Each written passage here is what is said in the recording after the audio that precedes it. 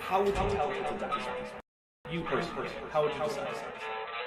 Well, interesting question. I don't know. I'd have to do some research on that.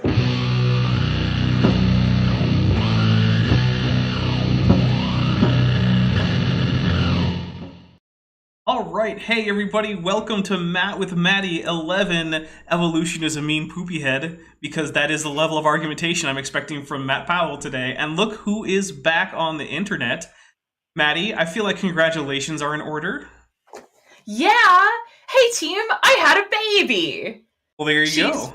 Perfect, she's 3 weeks old, and wonderful, and I'm very tired, but she's perfect. Her pediatrician said so, and we're both doing super well.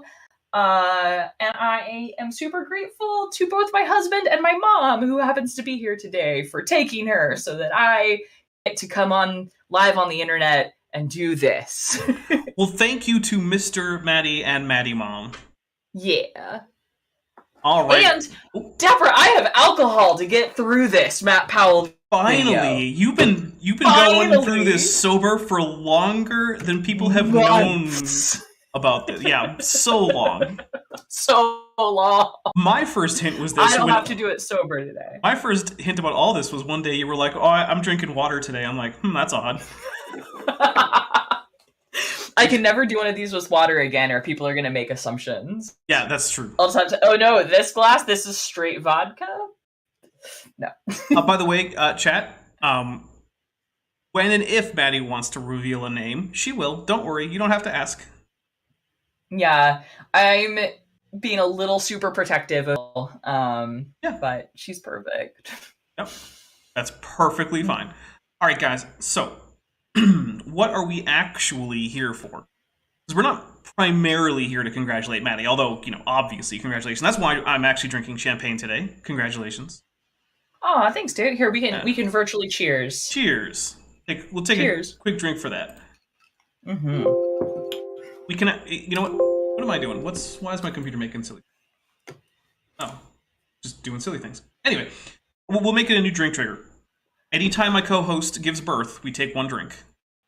Perfect. Yeah. Oh, and there's one of our other drinks, which is we take a drink for Mothra. That's right. So guys, of course, this is in fact a drinking show. Now, before we actually get into all the rules, because we just covered 2 of them, including the new one I just made up that I'm... Oh, there it is again. Cheers. Okay. I just lost track of where I was. Right. We have a drinking show. So basically, because all the creationists I cover on these Tuesday night shows are just so bad at, well, virtually everything, thinking especially, I kind of have to cool my brain down as we go, and so we have some drinking rules. Now, before we actually get into them, I have to say, first of all, there is no requirement that you play along at all, or that you use alcohol to do so. Right. As we talked about Remember, with Maddie... I played with water for 9 months. Right. Know your limits. Drink responsibly if you choose to drink.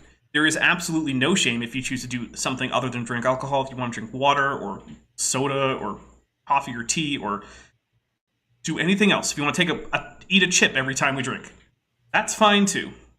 All of these are valid options. Or, I don't know, give your pet scritches. Right, yeah, you want to...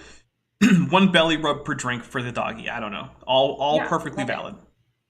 Now, if you do choose to drink, remember, drink responsibly, know your limits. Don't operate any heavy machinery. Don't drive. Don't make major financial or life decisions while you're playing this game. And the Dapper Dino show, as well as Maddie, we take no responsibility or liability for any death, dismemberment, grievous bodily injury, damage to property, to yourself or others, that may result from you not knowing your limits and going overboard. With that being said, as already stated, we take a drink whenever we hear Mothra or Godzilla, or whenever someone super chats with one of those emojis, which are available to my channel members. Now, Maddie, this wasn't the case last time you were here, but we added a quick new one, which is if someone gifts memberships to the channel, which is a new thing people can do, we take a drink for that. Ooh. Yeah, so if you guys want to spread the membership love, give more people access to the Discord server and the emojis and the preview videos and whatnot, feel free. I believe you... Only cool kids are channel members. It's true, yeah. And being a channel member makes you a cool kid. Mm-hmm. So that's a new one. Also, if you super chat anything to the effect that AIG are a bag of dicks, we will take a drink to that because they like to copyright claim virtually everything that they have any kind of ownership claim to, even stuff in which they themselves are using fair use of other people's videos. I've had them copyright claim videos of mine where they were using fair use to use other people's video, which is just mind-bogglingly ironic. Now, to be fair, I do have 3 videos, I think, right now up of theirs for early access that does have, their stuff in it, and so far they haven't been claimed, so, credit where it's due. They may have calmed down a little bit, but that doesn't mean we're going to stop. Now, the ones that actually matter, right, the ones about actual Matt. We take a drink whenever Matt says something so stupid we just kind of have to, because otherwise our brains would melt. We take a drink whenever Matt tells a joke that doesn't land. We take a drink whenever Matt mentions one of 2 things. Either the National Socialist German Workers' Party, their various leaders or activities, especially during the 1930s and 40s, or the Columbine shooting, because my goodness, he will just mention that at the drop of a hat. Now, we will also take a drink whenever he tells a story that we're pretty sure didn't happen. And let's see, whenever one of us makes a prediction about what his next thing is going to be, we'll take a drink for that. Also, sometimes we just take a drink for whiplash because Matt likes to just, with zero segue, completely flip around and go to a completely new topic. He'll be talking about, like, a fossil record, and then he'll be like, so transgender people. It's just, okay, I guess now we're talking about that. Just out of nowhere. Yeah. Yeah, my offer stands. If Matt wants to take a class in communication, like, I will crowdfund that for him. Anyway. All right. Oh, by the way, guys, we did recently get a new emoji. There is now a get bent emoji for channel members because we passed 75 channel members, and so we got the get bent emoji. It uses roughly the same format as a citation needed, where there's 2 words one on top of the other in nice bright red text because it shows up on both the light and the dark themes on YouTube. Wait, there's an 11th drink trigger, and it is... I missed one. Whenever he gets something right. Oh, right. Well, it's Matt, so it almost never comes up. It's true. But whenever Matt gets something right, yeah, we do. When it's not a quotation, he has to be not just quoting someone. He has to get it right on his own. And by the way, we get super generous with that by the time we're done, because it's Matt, so... All right, here we go. Now, we had just had Matt tell us that he wouldn't expect people to believe him if he admitted to having doubts about his own beliefs. And in the last episode, Maddie and I had said that, no, that would actually make us trust him more, because it meant that he had questioned things and had actual good faith doubts about his beliefs, and then had done something to figure out if they were right and come to the conclusion that they were. It's not proof he's right, but at least it means he's being intellectually honest with himself to the extent that he can. Like, at least that means he's thought about it for half a minute. Right. Whereas instead, no, he hasn't. Because of course he hasn't, because he's Matt Powell. Yeah. All right, guys, here we go. Now that we've been streaming for, 11 minutes, we're actually going to get into the actual topic. Here we go. Do I even believe what I'm saying? Did Darwin even believe in Darwinism? Yes. Yes. The fact that he had doubts doesn't mean he didn't believe it. Yeah. Yeah. In fact, and that he expressed those doubts, like, in a letter, I think? Or a letter or a journal or something? In this case, he was specifically talking about one of Darwin's letters to Asa Gray, who was a friend of his, apparently. Okay. Yeah. Just, like, as a scientist myself, I wonder if my hypotheses are correct all the time. Yeah. Because, like, I'm suggesting, and, like, what I do for my PhD work, I'm suggesting an answer to a problem that it's not... I think the reason is A, most people think the reason is B, right? You might be wrong about that. And so I might be completely wrong, and lots of other people might be right. You know what I mean? But, like, kind of the open question is it A or is it B? And I'm providing evidence for A. But, like, I could be wrong, and that doesn't make my work invalid or not good. By the way, we have Fade to Gray, who has just gifted a membership for the Dapper Dinosaur channel, so we're going to take a quick drink for that. Thank you very much, Fade to Gray. And Maverick Cronin was gifted a membership. So, by the way, guys, if you either join yourself or are gifted a membership, make sure you link your Discord account to your YouTube account. you will automatically be added to my members and patrons only Discord server. If your membership then expires, which it will automatically unless you choose to renew it by consciously going and putting in like payment information, you'll have, I think, like an extra 2 weeks in the server beyond what you're paid up to, and then, well, you're out of the server because it is for members and patrons. So yeah, and I think one of the things is you gotta remember, historically, almost all hypotheses have been wrong. Yeah. Because hypotheses are a dime a dozen, right? Everyone can come up with 10 hypotheses if they want to. Chances are you're wrong, because for the most part, a hypothesis is basically like a guess with some logic behind it. But the guess part is still there. It's still fundamentally a very uncertain thing. And there are way more ways to be wrong than there are ways to be not wrong. So yeah, and it turns out you could spend a whole great career as a scientist, like just proving or demonstrating that, oh, this hypothesis can't be correct because of blah. Like you could spend a whole career just disproving things. Yeah, you know, and it's a valuable career too. We need to know what's wrong, otherwise we can't get at what's less wrong. Because remember, science is always a journey to be the least wrong possible. Right, less wrong together. One of these days, that's going to be the merch for my channel. It could just be today. You just have to make the picture. If you can't make the picture, I know people who can. Okay. You've hired artists before. I have hired artists before. It's true. Okay. All right, guys, here we go. That's a great question to ask. But Jesus never spoke like that. They try to make the Darwin fish eat the Jesus fish. Well, Jesus spoke in absolutes. Jesus said, I'm the way, the truth, and the life. No man cometh unto the Father but by me. Jesus spoke in absolutes, but Darwin said, I'm afraid I'm living in a fantasy. That's just how science works. Yeah, Jesus wasn't a scientist. And, he wasn't. We also see in the Gospels Jesus changing his mind, right? So you see him learn, you see him doubt. In the Garden of Gethsemane before the crucifixion, you know, and on the cross, right? My God, why have you forsaken me? Right? Like if those aren't doubts, you know, please tell me what would be. Yeah. Or in the garden before the soldiers come to take him to be crucified, he prays that he doesn't have to go through with this. Yeah, right. It's almost like one, Jesus isn't really speaking this way all the time, and two, even if he were, maybe we shouldn't be holding the founders of major religions to the same standards as scientists or expecting them to speak the same way. Right. Also, as we all know, only a Sith deals in absolutes, and I don't think Matt thinks that Jesus is a Sith. Of course, by saying that, you're dealing in absolutes.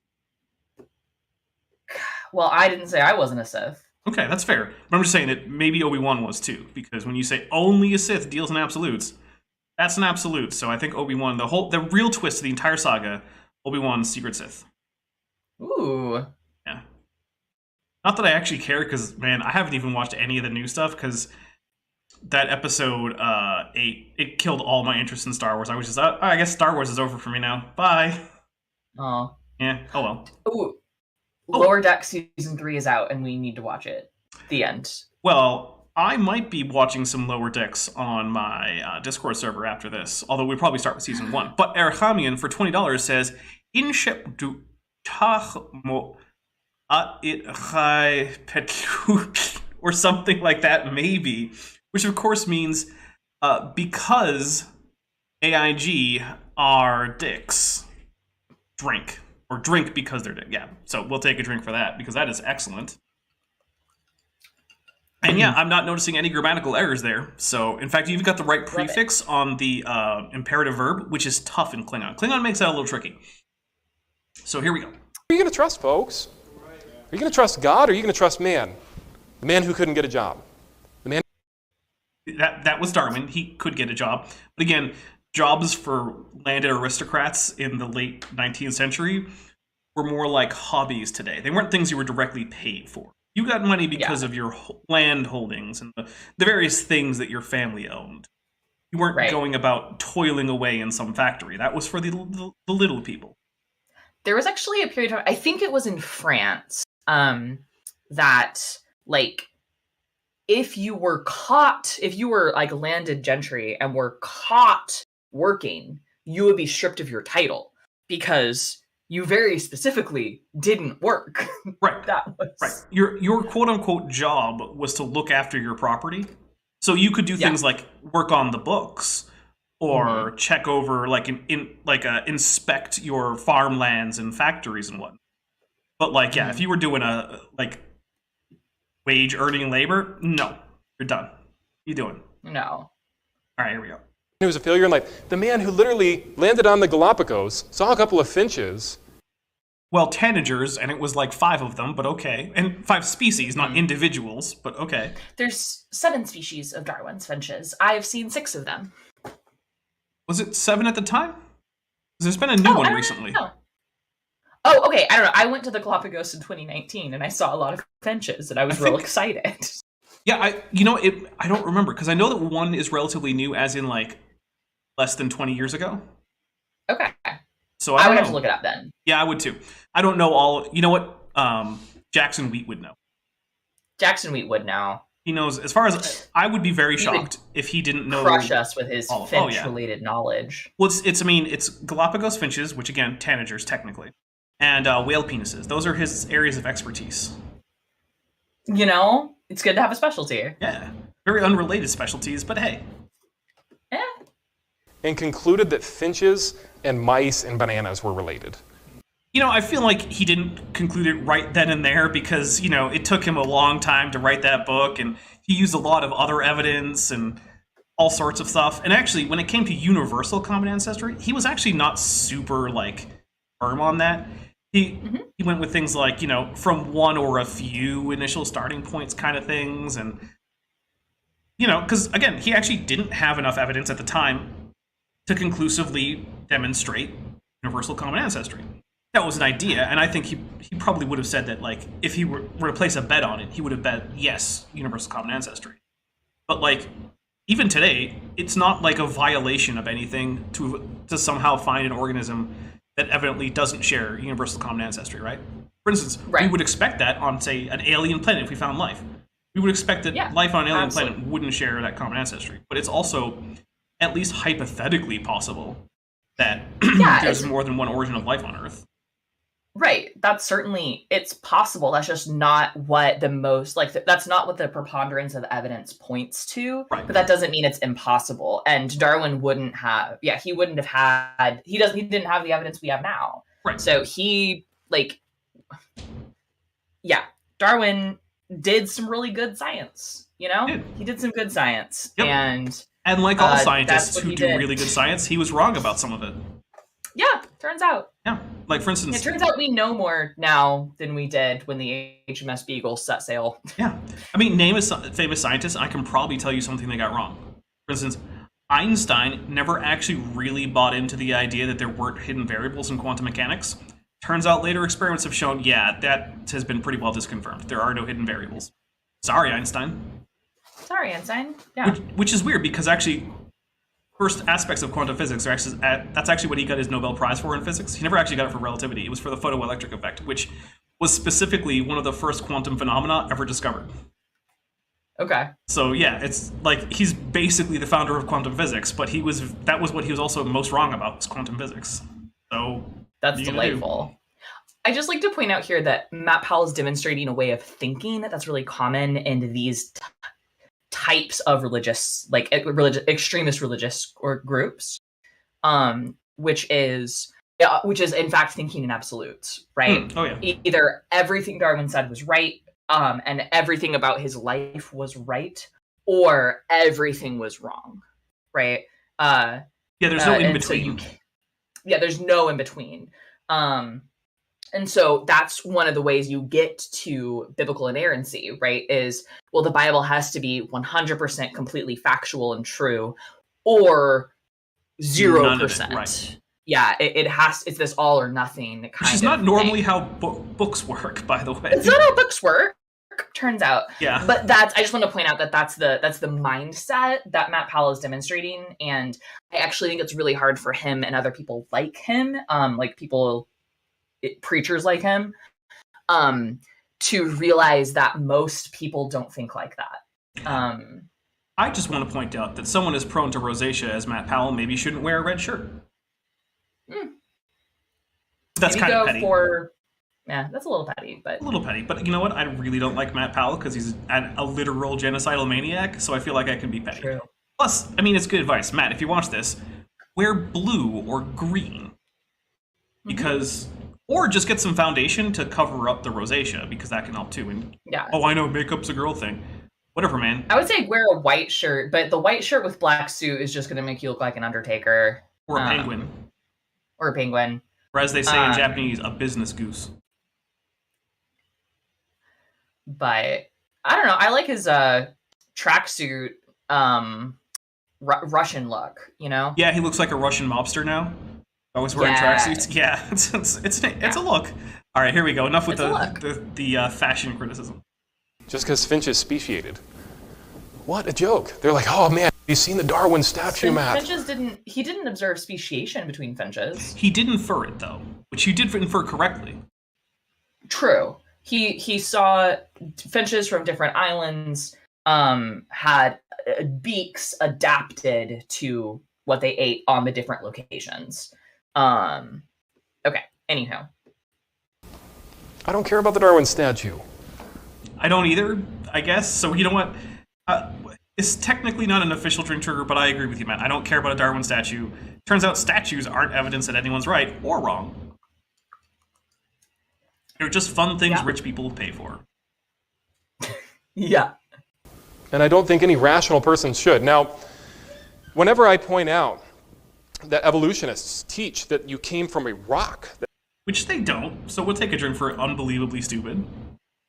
Yeah, we don't come from a rock, friend.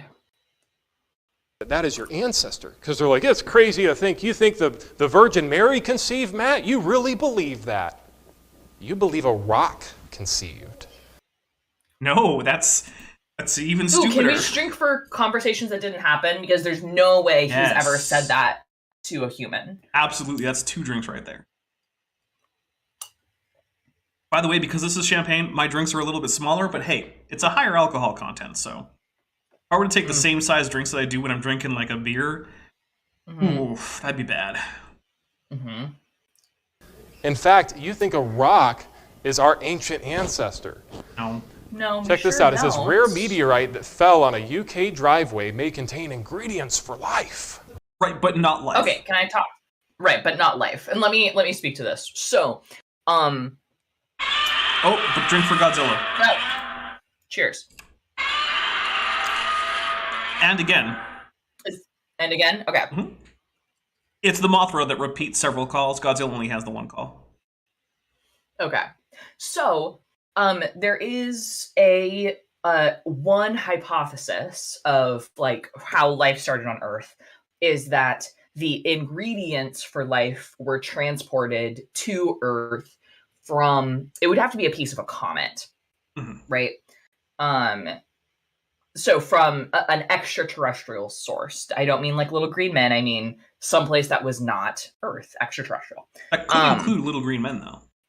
It could include little green men. But the idea of like maybe there was some organic compound on a meteorite or on a comet, and that came to Earth, and that was part of this what kickstarted life on Earth. That's a hypothesis. So it's not the rock, Matt. It is things carried by the rock, or like think of the chemical components, right? Because certainly nothing that is alive could survive in the vacuum of space and the extreme radiation that is things are exposed to. But you could have organic compounds, you know? Yeah. Yeah. And also, it's sort of confusing things like the ingredients for life isn't life. It's basically, it's similar to saying, hey, look, you're hungry? Well, here's some eggs, some flour, some salt, and some sugar, and maybe a little bit of butter and milk. Now you have a cake. Yeah. But no, you don't. You don't even have cake batter. You've just got raw ingredients that you can't just eat. You have to go through some steps. And Matt's just like, look, life came from this meteorite. It's like, no, Matt. The meteorite was a delivery vehicle for things that could later provide the building blocks to turn into life. Yeah. So for example, here's a fun fact. Sorry, there's a fly in here, and oh my god, I almost caught it out of the air. Here is a fun fact. Venus and Earth, right? They're about the same size, and chemically they're remarkably similar. So Venus, there's the same net amount of carbon on Venus as there is on Earth. You know, give or take some, right? It's what's about an the same order of amount. magnitude between friends, right? What's an order of magnitude between friends? But almost all of Venus's carbon is in its atmosphere, which is what created the runaway greenhouse effect on Venus. And almost all of Earth's carbon is like in the dirt, right? Which is how we have life and Venus doesn't. Yeah. Right. And so that has to do with our carbon stayed in a solid state, right? And again, on the ground in rocks. And eventually, through different chemical reactions, that carbon was able to form organic material, right? So able to make proteins, things like that. That's kind of the thought. And so, like, the same raw materials under different conditions produces very, very different results, right? The same amount of carbon on Earth, most of that carbon's a lot of it's in living things, right? On Venus, it's in the atmosphere, creating that runaway greenhouse effect. So like when we say ingredients for life, that's the kind of stuff we're talking about, right? Yeah. If we're looking for, say, like life on an exoplanet, we're looking to see, is it possible for water to exist on that planet, you know, and stuff like that. So I'm rambling, but that's okay. Look, it's a delay tactic to get. Matt. It's a delay tactic to stay away from listening to Matt. I recognized it. That's true. But I do, now that I have my whiskey and Coke, like, I kind of want the video to play so that I can get more drink trigger. All right, here we go then. Okay. So a rock falls from the sky and go, there's the answer. There's the answer for all of mankind, life. It contained the ingredients for life. And guess what was in the rock? Liquid water. Great. Oh, that's really going to help the situation, indeed. Now, I mean... Okay, you're being sarcastic, but as far as we know, liquid water is a necessary component for life. You and I are mostly water. I'm just going to take a drink for this ugly sack of mostly water complaining that water isn't important for life. Yeah.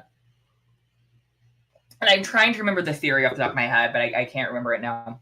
Because it can't be that, like, no one thinks that all of Earth's water came from space. But we do think some of Earth's water came from space. Well, I mean, look, came from, like, water comes from space right now, so it must be the case that some of it in the past came from space, right? Okay, that's true. Yeah. What percentage? Probably not a huge amount, but some of it definitely did. Yeah, I'm losing. So it's this, like, it turns out you had to, like, also, sorry, meteorites are incredibly important for studying the early solar system and understanding planet formation. Yes. Because hey team, like, a lot of times we have to wait for stuff to fall to Earth before we can learn anything about it, right? We've never had a sample return mission from Mars, but by golly, we have meteorites from Mars, and that tells us a lot about the composition of the planet Mars. There's one on public display in Boston. I saw it. It was really... Yeah, it's really cool. I mean, it's a tiny thing, but, like, I was like, oh, that's a piece of Mars right there. That's actually Mars. Like, that's a bit of it. Yeah. Really cool. Also, so I saw meteorites the bit of the tell moon. you a ton about planetary. You saw moon rocks? I saw the moon rock that's in the National Cathedral in D.C. Ooh, that's cool. They have a stained glass window that's like the cosmos, and the centerpiece of it is an actual moon rock that one of the Apollo astronauts donated. Oh, that's cool. Yeah. I almost used our one F word in that. Look, if you're in DC, go to the National Cathedral for three reasons. One is the xenomorph grotesque. The other is the Darth Vader grotesque. And the last one is the moon rock. There's an actual moon rock there. Which actually probably makes it the most valuable stained glass window in, like, the history of humanity. Because if you look at, like, estimates of, like, fair market value for moon rocks, it's crazy high. That's awesome. So, here we go. The scientifically illiterate people that read this are like, wow, amazing. You know, they just think it's so scientific, but they're illiterate. Oh, wait, the xenomorph grotesque is at a different church. Never mind, just the two reasons. Darth Vader, moon rock. They don't think... Here's how we know that life could not have started in the Okay, water, here we like go. they're saying. Talk to me about it. Here's what he's going to go with. He's going to go with hydrolyzing reactions occur which break down biomolecules. Therefore, if life tried to form in the water, the molecules would break down, and he's going to ignore the fact that if the production reactions happen faster than the hydrolyzation rate, then it doesn't matter that hydrolyzing happens. Yeah. Doesn't matter at Side all. note, I am taking a drink from Matt referring to other people as scientifically illiterate. Oh, that's I know fair. that's not Yeah, a that drink is trigger, but it's I have brain-meltingly to. silly.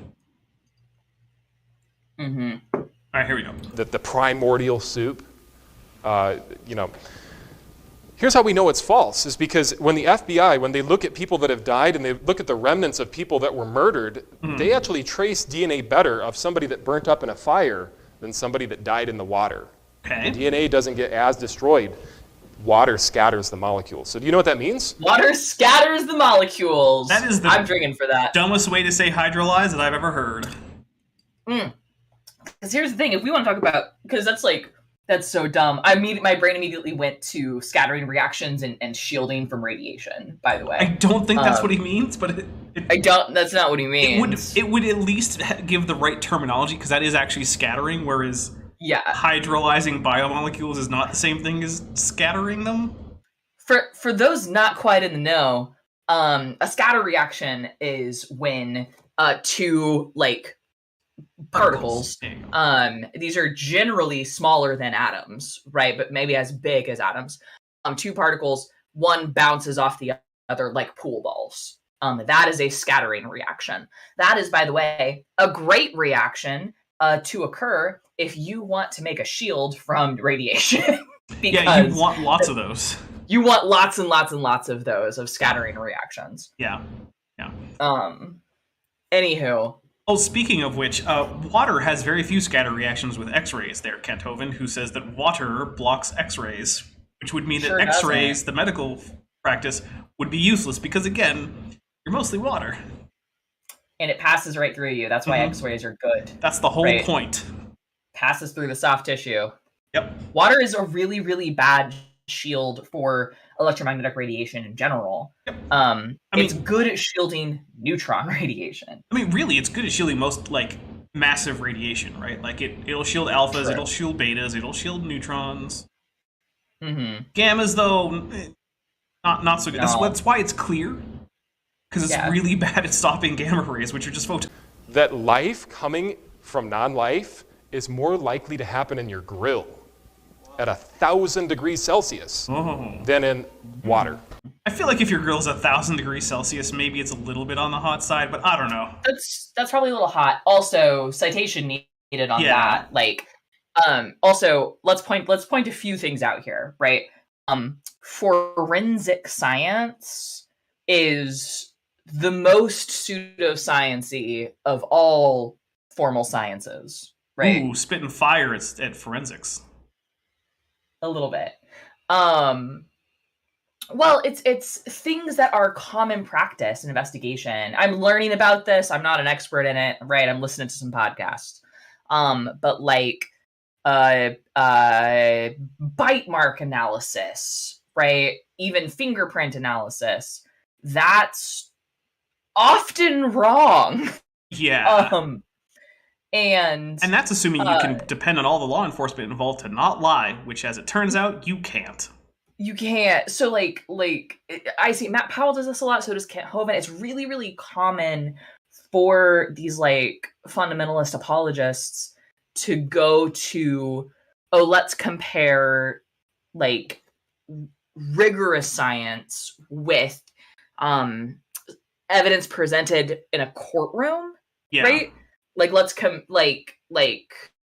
compare these things or say that they're the same thing, right? And they're very much not. Yep. They're very much not the same thing. But in the same breath, they'll then complain that various aspects of science, which are much more rigorous, are just quote-unquote historical science, so they don't count. Right. It's And only young Earth creationists make a distinction. yeah, it's my dude, if forensic science on a murder is going to be something cool and reliable, and you're going to use it to compare and say this is great science, You don't get to Yeah. complain that paleontology talks about the past. Right, you really don't. That's not how any of this works. I mean, obviously you do, you just can't do it with any intellectual honesty. All right. Yeah. Here we go. You're more likely to go over to your grill, fire that thing up, and life will crawl out of there in a few billion years than in the water. No, and so here's a few things, right? One, biomolecules need to be dissolved in order to have the various reactions that they're going to have that are going to be promoting life in general, right? Two, yes, they will hydrolyze at a certain predictable rate. Three, the big however, if the formation rate equals or exceeds the rate at which they degrade, then they persist in that environment. Now, can that happen? Yes. How do we know? Many, many, many, many experiments showing that non- or abiotic production of these biomolecules can occur in aqueous solutions, and then they persist. How do we know they persist? Because they were collected. They just wouldn't be there to be collected. Also, like, okay, I don't know how to explain this to Matt here, but like, my guy, have you ever looked at how much life exists in a droplet of water? So much. Right? Like, get your droplet of water from the lake or the pond or whatever and look under the microscope at it like you do in, I don't know, let's go with 3rd grade. And like, there's so much life there. But by his, oh my God, there's, okay, sorry. It's okay. We'll just hit play. I'm going to smack myself in the face a few more times if it lands on my glasses again. So by his like postulation here, like water should be toxic and hazardous to life. Don't drink water, apparently. So don't drink water. Fish definitely don't exist. Mm-mm. Do you know what I mean? Like, I don't understand your argument, friend. Yeah. But they think, well, bubbling within the broth of the ocean with some chemicals. Chemicals destroy life. All chemicals destroy all life. We're just going to take a drink with? for chemicals destroy. Okay, Matt. Chemicals destroy life. Okay. I hope you don't. I don't think Matt could define a chemical because, yeah, like you were just about to say, everything you've ever eaten or drank was a chemical. Everything. Yeah. Everything you've ever breathed in or out, chemical. You're entirely made of chemicals. Yeah. Goodness. Hello? Remember, when somebody says, I'm an atheist, they're telling you, I am scientifically illiterate. Just always remember that. And Okay, we're going to take a drink for that because that's dumb and I don't even need to go into it. It's just, yeah, it's real dumb. As much as I often point out that there are, in fact, very good scientists who are theists of all sorts of stripes, I will also point out there are many good atheist scientists. It's They're great atheist scientists. Your statement of faith, right? Your answer to the question, do you believe in like a deity, right? Turns out has nothing to do with your level of scientific knowledge. Like those two things are uncorrelated. Yeah. Because I know plenty of atheists and plenty of Christians who are great scientists. I know plenty of atheists and plenty of Christians who are scientifically illiterate, right? Like, actually, per capita, I believe the religious affiliation that gets the most Nobel Prizes is Jews. oh, Yeah, there you go. Compared to their actual total number of them in the world, they are vastly overrepresented amongst brilliant scientists. Excellent. Yep. Also, Mackenzie Brown points out that dihydrogen monoxide has a 100% death rate. That's true, and it's found in every cancer cell in the world. Everything. So, you think we could get Matt to support banning dihydrogen monoxide? Maybe. That would be amazing. That would be amazing. If anyone wants to create a sock puppet and, maybe go to Matt Powell Official and the Kent Hovind Official YouTube channels and try to convince them to come out against dihydrogen monoxide, please feel free. Just don't harass them, because that's not okay. But yeah, do take pictures. Yeah, don't harass them, but pictures or it didn't happen. Yeah. All right, here we go. they say, well, Matt, you're nobody to speak on this. They're right about that. Yeah, that's factual. Matt got something right. There you Matt go. said something correct. All right, here we go. debated them. I've gotten in the ring with many of them. You can watch the debates online. There's one guy. I have. Remember that time that in a debate with Jackson Wheat, you said that there had to be air in space because the sun needed oxygen to stay on fire? Remember that one, Matt? Honey, you didn't win that one. Oh my god. You know, he actually uploaded a version of that where he cut out almost all of what Jackson said to make himself look smarter. Oof. Yeah. Like, So scientifically illiterate and dishonest. oh, I mean, we already knew that. That's true, but I just like to say it. Like, I do not claim Matt Powell to be scientifically illiterate because of any faith position that he holds. I claim it based off of things that have come out of his own mouth, such as the air in space and the sun is on fire. Yeah. I mean, you can't be scientifically literate and think the sun is literally made of fire. Like, you can say metaphorically that it's a ball of fire. That's fine metaphorically, because it is hot, and it does glow like fire does, although much more so. But yeah, okay, you can say it metaphorically. You can't say it literally. Guy who even ended up crying at the end of the debate. I said, look, man, if it makes you feel better, we'll take the debate down. We'll scrub it from the internet.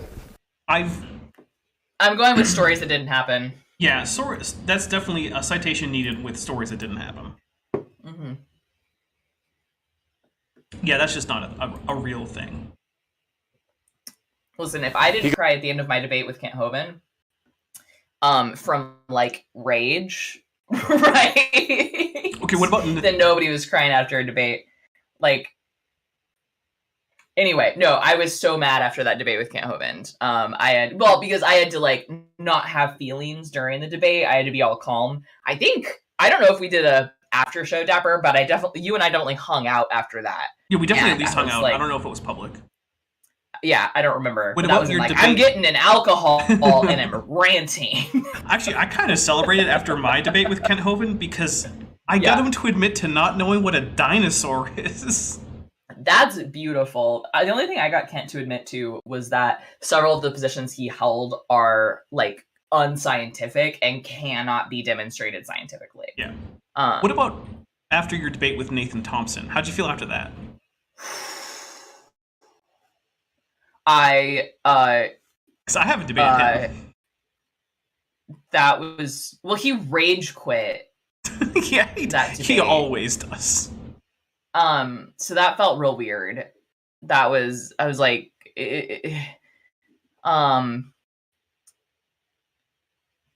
that was infuriating. And with that one, I like almost lost my cool, because he was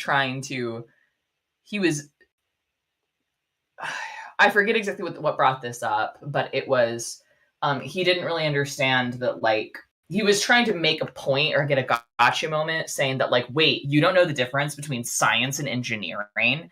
And I'm like, I just had to be like, I'm not going to engage with that. Yeah, it's completely off topic. It's just, no, it's nonsense. All right. It's completely off topic. I do know the difference. Now I'm delaying. My friend. So here we go. Anyway, you are delaying. And he rages. This guy, the raging atheist.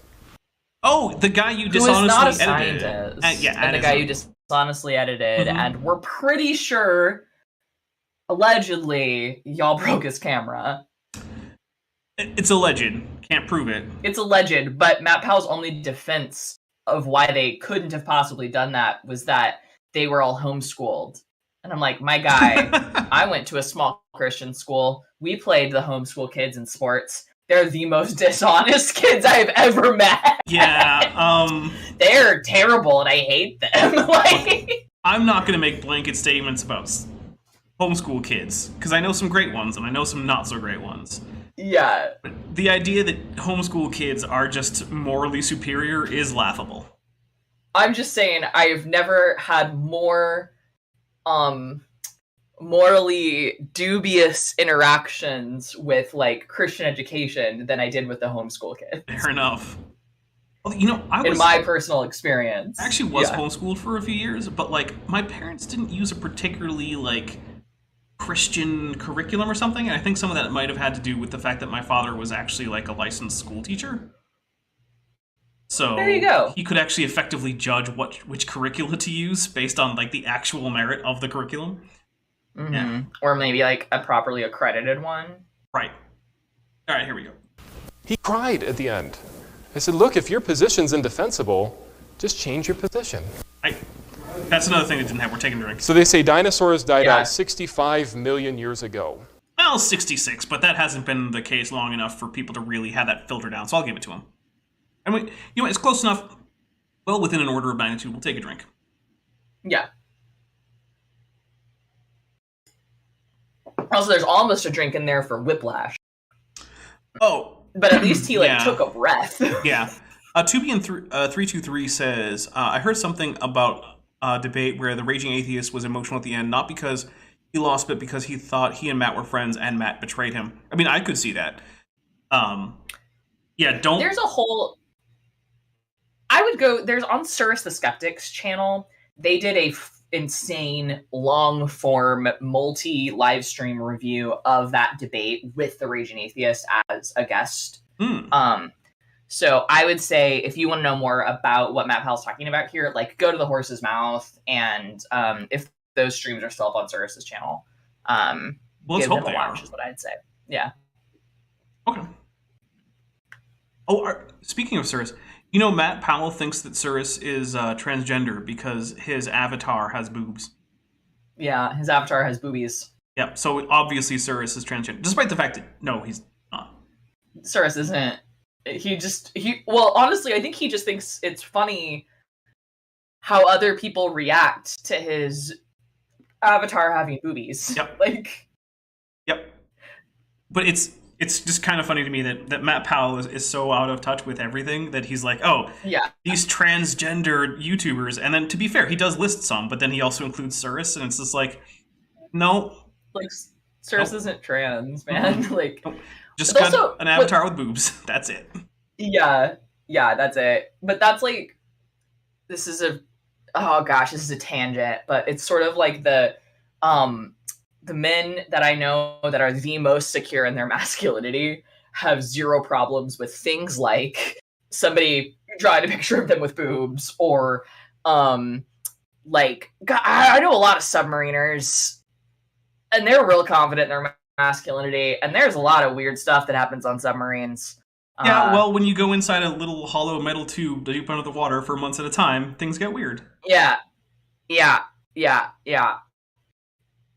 Still, one of my favorite watch discussions on a mid-watch was who's your favorite Disney princess, which is a discussion that we had with an all-male room at 2 a.m. We all had well-thought-out, cogent arguments as to who the best Disney princess was. We didn't agree, I love it. But we had the conversation. Okay, so my sister is a pediatrician.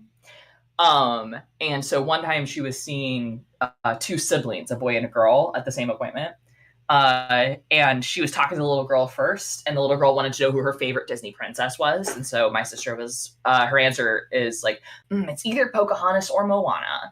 And then she was talking to the little boy next, and she was asking him what he's into, and he said dinosaurs. And she was like, I love dinosaurs. My favorite dinosaur is blah. What's yours? And he just looked at her, and he's about 5, and he says, do you really like dinosaurs and princesses? You're allowed to like both, by the way, guys. You're allowed to like both, which she took that in stride and was like, that's a great question, buddy. Way to keep me honest. But yes, I do. I love it. I love encouraging the skepticism in them young. All right, here we go. But guess what we found? What? Dinosaur soft tissue and dinosaur blood with Nope, you didn't find any blood. No. You found things that were morphologically consistent with blood cells and blood vessels, but that can't be demonstrated to this day to be blood. hemoglobin still in the cells. Nope. There weren't cells, and it wasn't hemoglobin. It was heme that had been derived from hemoglobin after it partially decayed. Take another drink for that one, too. Now, who here thinks that dinosaur blood could last for 65 million years? Okay. Look, Pause, though. while you go on about that, I'm going to have to ask my audience. So you respond while I type. So here's the thing. To a large degree, so even if it was blood that was found, which it is not, it is, again, structures that are morphologically consistent with that. And the discoverer, Mary Schweitzer, who is a professed evangelical Christian, right, will not say that it is blood, right? And she gets real mad when people like Matt Powell use her work. But even if it was actually blood and actually like existing soft tissue, whether or not this particular audience thinks that's possible is immaterial to whether or not it is true. Right. And this is like, I don't know what the actual logical fallacy is, but this is like the appeal to common sense. I think it's just an appeal to the majority. Appeal to the majority. Yeah. But this is listen, guys, that can't be because it's common sense. Sometimes called ad populum if you're doing the whole Latin fallacy name. Appreciate it. Yeah. Latin, which I should get. I should pick back up with my Latin lessons. Yeah, I know. I still, to this day, typically look up conjugation and declension tables for virtually any word that I use in Latin, just to be sure. My guy, I barely speak English, right? Okay, fair enough. Yeah. Here we I've got go. a little Spanish. I've got enough Spanish that if I was dropped in a Spanish-speaking community, I could like find my way without dying. Well, that's about all of it. On the Saturday stream, I fully intend to read some Latin on air. Okay. Yeah. Anywho, that's my rant about Matt Powell ad populi Populum. logical fallacy. Ad populum. You gotta use the populum. gotta use the accusative case. Ooh, I read a book you would really like recently. Was it about the accusative case? No, it's a fantasy novel where all of the magic in this world is rooted in translation from one language to another. Basically, magic is the difference in the two words being made manifest. That does sound interesting. You should send me links to that. But here we go. More. I will. Somebody that defends that, they say, well, it can be preserved. I'm sorry, you're gullible if you believe that. They're like, well, Why? maybe it was contaminated. Yeah, that's the thing. I don't know why. He hasn't actually made an argument. Like, so here's how the argument would actually go. I don't think dinosaur blood could last 65 million years. How do I know this? Well, here's a list of experiments showing the degradation rate of various components of blood, generally or specifically in birds, but then again, Matt doesn't think that birds are dinosaurs, so just go with a wide swath of living things that have blood, right? And then you would say, this is significantly longer than 65 million years. And then you would say, I've done a literature survey. Here are some proposed like preservation mechanisms. Here's why I think they fail. That's how you would make the argument. What Matt is doing is just saying, like, you really believe that? Which isn't an argument. That's just your own personal incredulity, Matt. So I'm going to take a drink. Yeah, there's a argument from incredulity. By the way, guys, I'm drinking from a drinking glass that has the Klingon trefoil symbol and says Iulij Jach Jaj, which of course is one of the most famous Klingon toasts and means may your blood scream. Ooh. But okay. It's also the reason that Klingon toast has special grammar rules, because it was written by the creator of the Klingon language, and he screwed up the word order. It should actually be Jach Jaj Iulij, not Iulij Jach Jaj. So then he just made up a rule that in toasts, the word that has the Jaj suffix, which means like may, the thing that indicates that the sentence is a wish or a hope, that word has to come last in toasts. Why? Because he screwed up on this toast. I love it. So just made up a new rule. Minor tangent, and then we can get back to it. Do it. I want to know. I have a theory that in the Star Trek universe, right? Since like humans don't drink actual alcohol, they drink like synthahol. On starships, at least, you know, the Picard Vineyard makes actual, real fermented alcohol. That's true.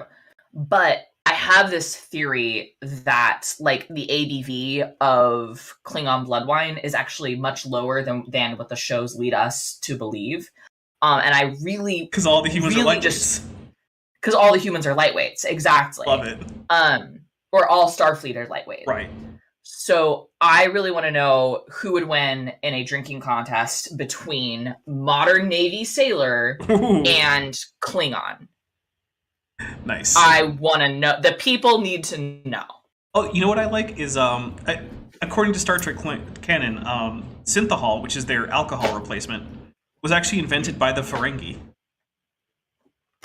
Love it. Yeah, Okay. and then Starfleet bought that technology from them. Yeah. All right, here we go.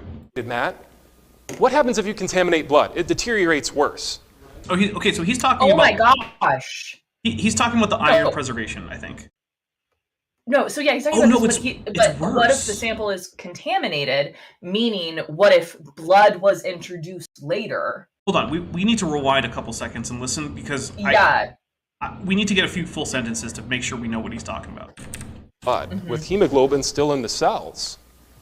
Now, who here thinks that dinosaur blood could last for 65 million years? Look, anybody that defends that, they say, well, it could be preserved. I'm sorry, you're gullible if you believe that. They're like, well, maybe it was contaminated, Matt.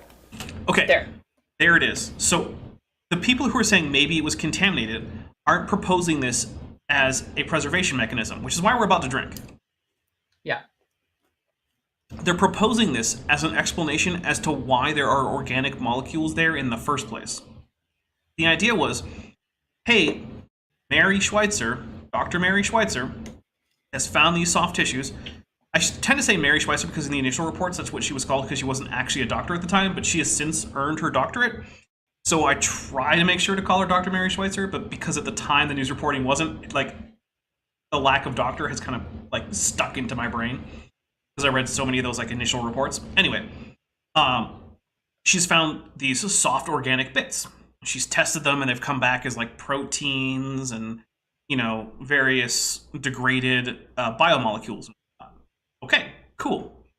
Well, one of the most obvious answers as to why you found organic molecules in a very old fossil is contamination, usually bacterial, right? Because bacteria are everywhere. It's hard to find a place on Earth that is devoid of bacteria. Despite the fact that if you put bacteria in a lab and you put like their pH at like 0.01 off, they all die or something. In the wild, they're amazingly resilient. It's just, once you get them into a lab, they're just like, oh, I died. Why? Anyway. So the people who are saying maybe it's a contamination are specifically saying, no, it isn't soft tissue. This is an explanation as to how the soft tissue persists. Right. And specifically, the idea of contamination here is that the soft tissue is not from the original dinosaur. Right. Like, to make that very, very clear, that is what contamination means in this context. It's what's called extrinsic. It's from outside. Yeah. It's not intrinsic to the bone, which means it's from the actual organism. Yeah. All right. So there's Matt just completely misunderstanding why some people were talking about contamination in regards to Dr. Schweitzer's findings. Although I will say I appreciate this. On screen he says soft tissue found in T-Rex bone, and he actually put T-Rex italicized with a capital T, a period, and a small REX, which means I think someone else prepared the slide. But I appreciate that he got that right, and I'm going to take a drink for it because I can't say for certain that someone else did it, and it is on his slide. I can't take a drink because I'm out. Well, it is about time to go take a break. So we will take a break. We'll allow Maddie to get more of that precious, precious boozahol. So good. And then we will be back. So guys, stick with us, and we will be back for more Matt with Maddie in just a few minutes.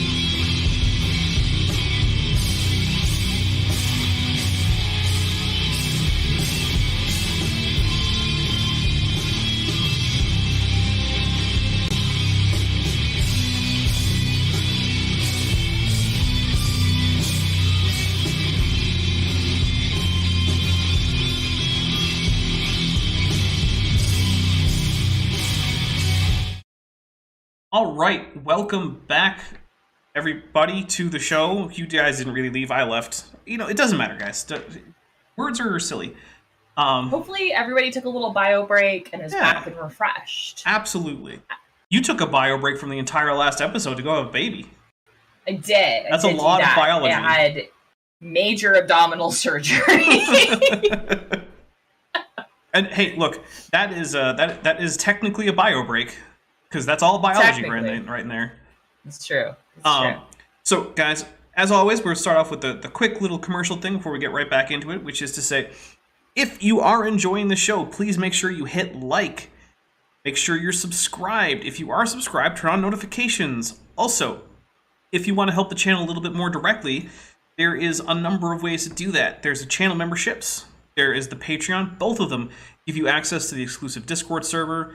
They give you access to like 4 months at this point worth of videos. I actually counted. If I stopped making videos entirely right now, I wouldn't run out of content until January 12th at this pace. That's amazing. Yeah, I've got a lot of stuff in the can, ready to upload. You have access to almost all of it. The only thing you don't have access to is the supercut versions of things.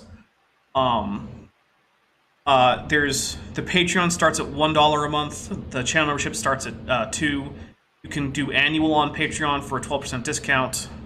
There's that stuff. And also remember, if you just want to toss a little something via super chat, we do have a few ways to have us drink. So, for instance, if you super chat something to the effect that AIG or a bag of dicks, we take a drink. If you super chat as a member one of the emojis, we take a drink. And if you buy memberships for other people, we take a drink too. So those are some options there. I would give you a free way to make us drink, but y'all would abuse it, I can tell.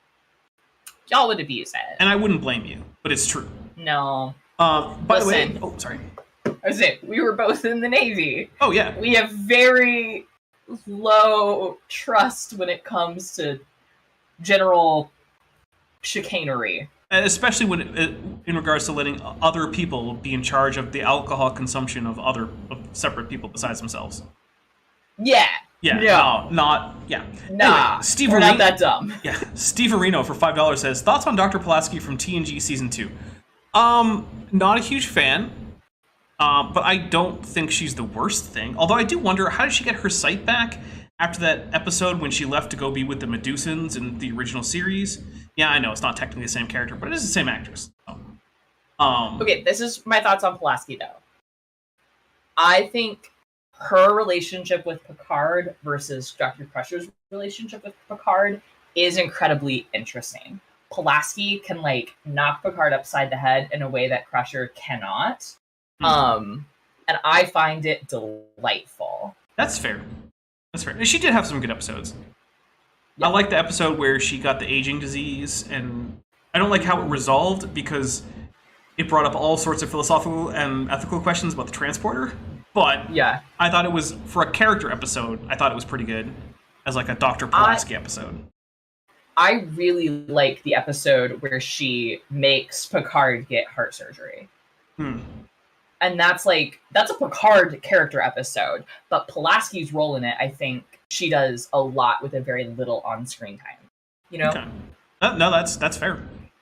So yeah, basically, overall, not my favorite Star Trek character, but I've got good things to say too. I don't like how she treated Data. I'll say that. Yeah. But then again, Data didn't seem to mind very much, except for insisting that he be called by his name. Which, good on you, Data. Good on you. Good job, Data. All right, here we go. What happens if you contaminate blood? It deteriorates worse. I think it depends on what you deteriorate or contaminate it with. So I think you should understand what they mean by contamination in this sense. We'll take a drink again for that. Yeah, again. All right. They're like, well, it was contaminated. It's going to cause it to deteriorate worse. No, they're like, well, we submerge the blood in yeah, there's that too. Iron. That protects the cells. That must be how it lasted. Iron will rust over time, no matter. Free iron, but we're talking about iron that's in the blood, Matt, which already has a lot of iron, as you might know if you knew anything about science. Yeah, Matthew, does your blood rust? I mean, it does oxidize. Well, but Matt clearly doesn't understand what is and isn't an oxidation reaction because he thinks the sun is on fire. Yeah, that's true. Although he did know that fire needed oxygen, because he talked about needing oxygen for the air in the space. Okay, so you know that for rust to occur, which is an oxidation reaction, you have to have oxygen present. And specifically, like O2, right? Like, which isn't diatomic super oxygen. abundant inside of rocks. It's not, turns out. Oh my goodness. Yeah, we'll take another drink. This is painful. Okay. Yeah. How they want to... And you're saying that as someone who recently gave birth. You know what painful is. That's true. shuffle the deck of cards. You can't deny that dinosaurs lived recently. The Bible told us so. I mean, they're currently alive, but that T-Rex didn't live recently. What did the In the deck Bible- of cards have to do with this? Oh, that's a good question. Let's rewind real quick. Yeah. X the cells. That must be how it lasted. Iron will rust over time. No matter how they want to shuffle the deck of cards. No, he's just talking about like coming up with new arguments in different orders to save whatever hypothesis. It's not a very good analogy. Yeah. It's not a good analogy. But it's just a bad analogy. Like, it's not offensively stupid. It's just kind of like a weird way to say it. Yeah. You can't deny that dinosaurs lived recently. The Bible told us Sure so. can. And the Bible... Well, yes and no. I can deny that Okay, T-Rex sorry. lived recently. Yes, if we're thinking about non-avian dinosaurs, and like, yeah, like the T-Rex, like he's talking about. The T-Rex, yeah. was right. And we found biological evidence to show us that the Bible was, in fact, correct. You didn't. Show me in your Bible where it talks about dinosaurs. This is- I will wait. Well, it has vultures and eagles and doves and sparrows. Mm-hmm. Those are all dinosaurs. Those are in the Bible. That's true. Okay. Also, we're taking a preemptive drink for Mark Armitage, because I've read Mark Armitage's paleontology work. It's bad. Wait, it says, what is that word? Microscopist? Microscopist, yeah. Microscopist. He's a microscopist. What is a... But he's not a biologist. A microscopist is just someone who specializes in the use and maintenance of microscope. Oh, okay. He's a microscope tech. Okay. Okay. Where have I seen this font before? This is very important to me. So the top font is the Jurassic Park font. Okay. Okay, that's what I thought. But it's just they're using a different color on it. Yeah, they're using cool colors, whereas the Jurassic Park usually uses the warm colors like red to yellow or red to orange or orange to yellow or something like that. Okay, thank you, digital artist friend. You're welcome. Mark Armitage is a famous creation. Well, Arachamian points out, on the scale of the age of the universe, T-Rex lived pretty recently. That's true. Yes, compared to the, 13 and a half or so, or 13.2, I don't remember off the top of my head, 13-something billion year history of the universe, 66 million years ago is pretty recent. Scientist. He actually discovered dinosaur soft tissue inside of a triceratops horn.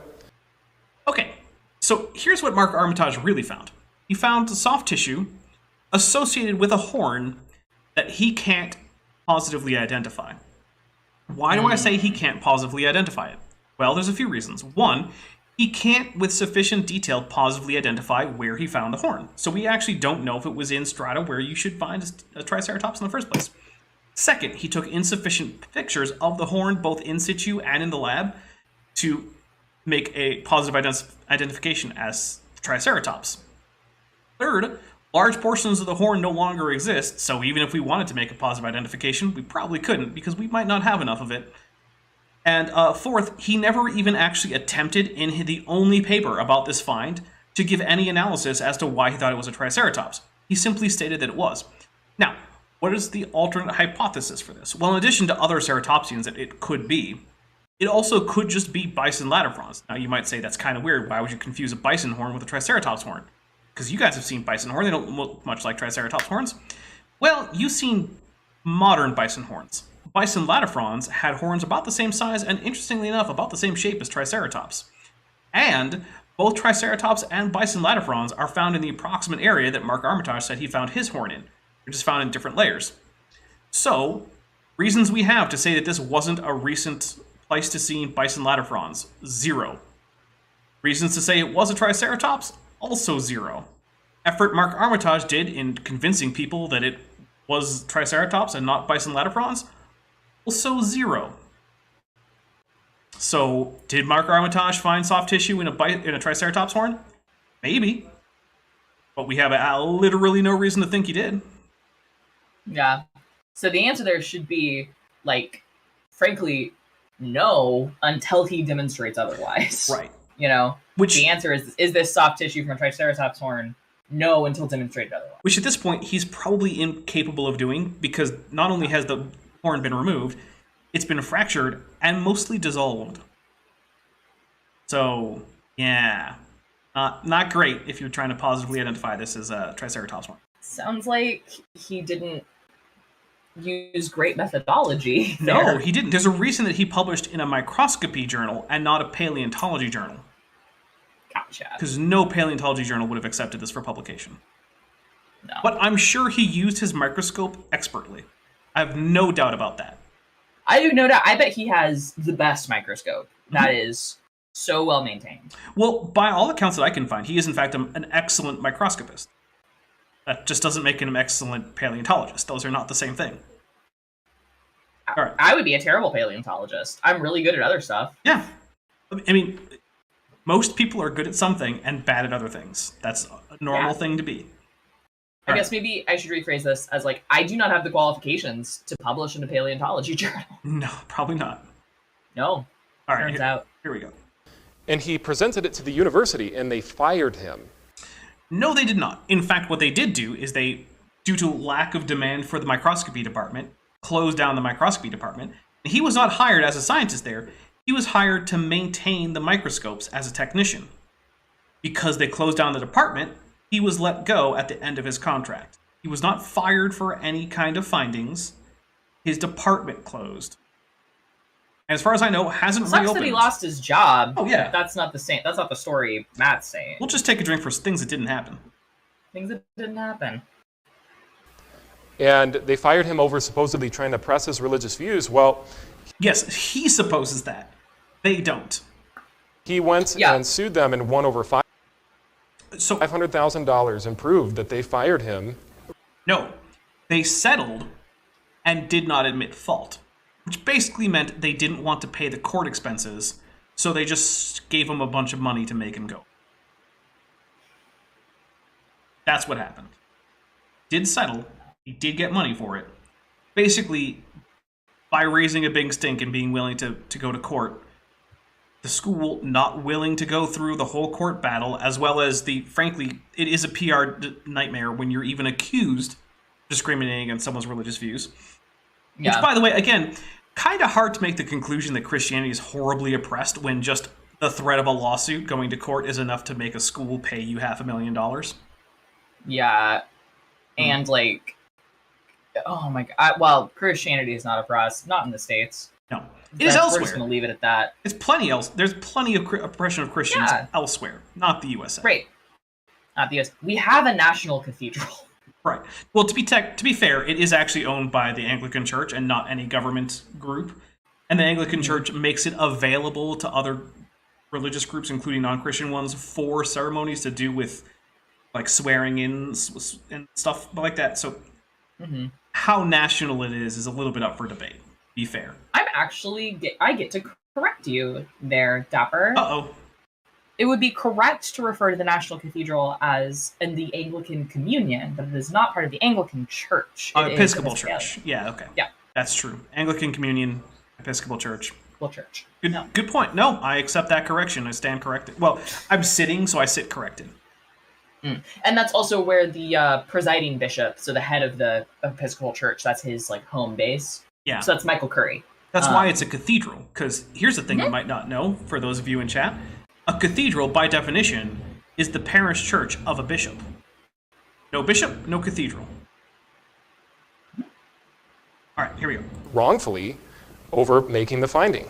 Oh, it also means that cathedral doesn't mean big fancy church. I've been to a cathedral that was literally a rented office space in a high-rise building. That's still a cathedral, because it was the church where the bishop was. If it's the bishop's home base, that's a cathedral. So one of the things that we find in dinosaur bones also is carbon-14. Now, carbon-14, they say, only lasts Sure 50,000 years. Wait, what? So there's a few things. There's a few things here. We're going to take a quick drink for we just find carbon-14 in bones. It's a way more complicated than that. Yeah, sorry, my face froze. My internet didn't freeze. My face froze like that for like a solid 30 seconds. So, one of the things that I think you've looked into, Maddie, is that most of the carbon-14 tests that have been done actually are just looking for beta decay, not specifically for carbon-14. Yeah. So, Yes. for those of you who don't know, betas are just what we call electrons and positrons. Beta plus is a positron, beta minus is an electron.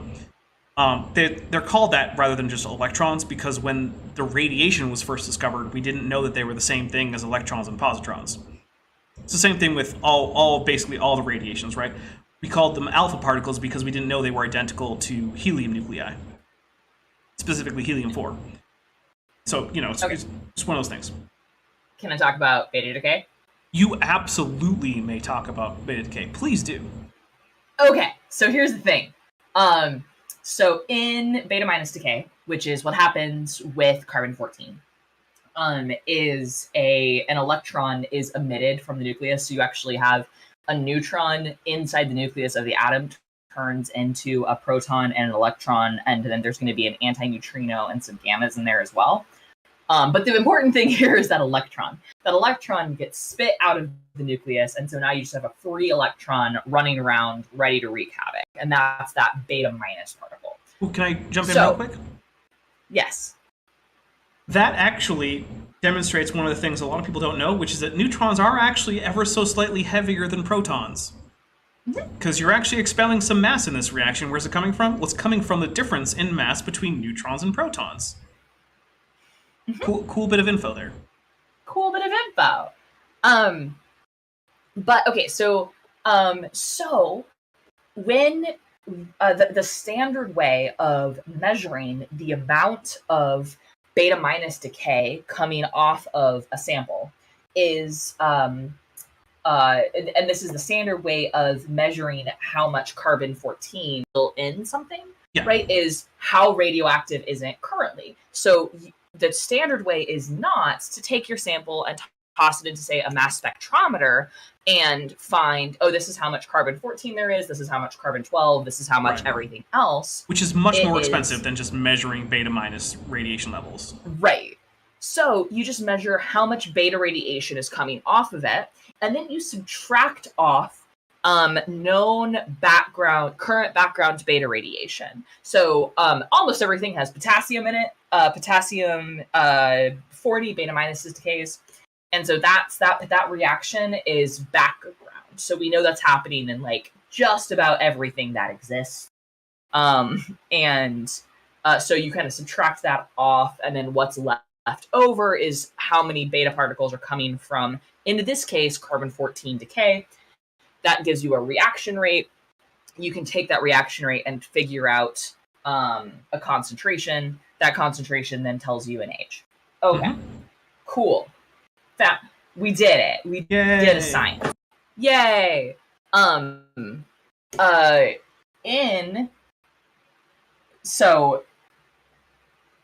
In things I have heard of creationists talking about problems with carbon-14 is they talk about measuring the amount of we still find carbon-14 in this sample.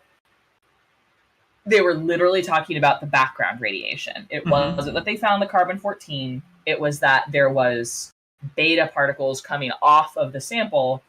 That is the known amount of background radiation. I'll also point out that even if it is more than background by some amount, many fossils are actually radioactive to the point that they need to be stored in lead-lined containers lest they actually harm people working with them. So, and real quick, we have a $2 super chat from Vandalian 1998, who says, "Hey Maddie, has your baby written a thesis yet?" She hasn't. Listen, we got her her first book. We got her Organic Chemistry for Babies, the ABCs of Mathematics. We've got Climate Change for Babies. And we've got Astrophysics for Babies. So we're working through those. But right now she's at She's learning how to focus her eyes onto objects. Hmm. And is learning how to track objects. That's really hard, if you were wondering. Well, the big step is when you get to be able to choose to not focus on the object that's moving in front of your field of vision. That's the real big step. That's going to be a big step. What I'm really excited for is we have these mittens for her that have high contrast images on them, high contrast patterns. And so she's almost about the age when we should introduce those to help her discover her hands. I'm very excited about it. So another thing I want to point out about carbon-14 in fossils is there have in fact been mass spectrometry. I can't say it. Mass spectrometry. I'm not going to even try because I'm going to fail. There have been tests like that done on fossils, and they do return positive results. But here's the thing. So do tests with empty test chambers. Because the way that you do mass spectrometry, I did it. Anyway, the way you do it is basically you crush up samples, and then you basically check the gas, right? They're crushed up in a vacuum chamber, and then they're heated so that they incandesce, and when when atoms get hot enough, right, they emit photons, but because the orbitals of the electrons are quantized, they give off particular emission spectra because of the energy levels of the various electron orbitals. Now, this is all very complicated physicsy stuff. Just, if you don't believe me, check up on it. I am telling the truth here. Now, the thing is that in order to do a new sample, they have to pump all that gas that you've created from the chamber. But those pumps aren't perfect. So there's residual carbon-14 in the test chamber. And when they've tested for this, it's been identical to basically either the evacuated chamber testing, or sometimes there are null samples, because sometimes to calibrate these, they'll actually use samples where you expect there to be essentially no carbon-14. But again, you still don't read zero carbon-14 when you put these null samples, because there's no way to know for certain whether or not your null sample literally has zero carbon-14. Now, if there is carbon-14 in dinosaur bones, do we have ways for it to get in there in low levels such that it matches essentially background and or empty chamber results? Yes, because there's neutron radiation underground, because nuclear fission happens underground, and fossils will contain carbon-12 in small amounts. So, yes, we should expect very low rates of carbon-14 in dinosaur bones. So every way you look at it, even if you use the fancy tests, it still doesn't come out to anything significant. So the one thing I'll point out is something you said earlier is that many often an alpha decay, and the photon emitted is a high energy photon, high enough energy to reinduce the nitrogen 14 to carbon 14. Yeah, I meant to say nitrogen 14 instead of carbon 12. Sorry about that. Yeah. All right. No, you're good. Here we go. So there's ways to get it in there, and young Earth creationists are frequently dishonest, and they report, oh, but carbon-14 is found in diamonds. My guy, that was a calibration setting. Basically. Yeah, it's indistinguishable from null results, but it's not literally zero on the reading on the machine.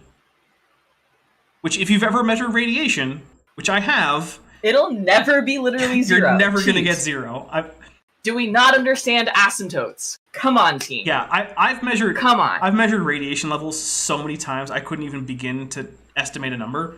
I've literally never registered a zero on my machine. No.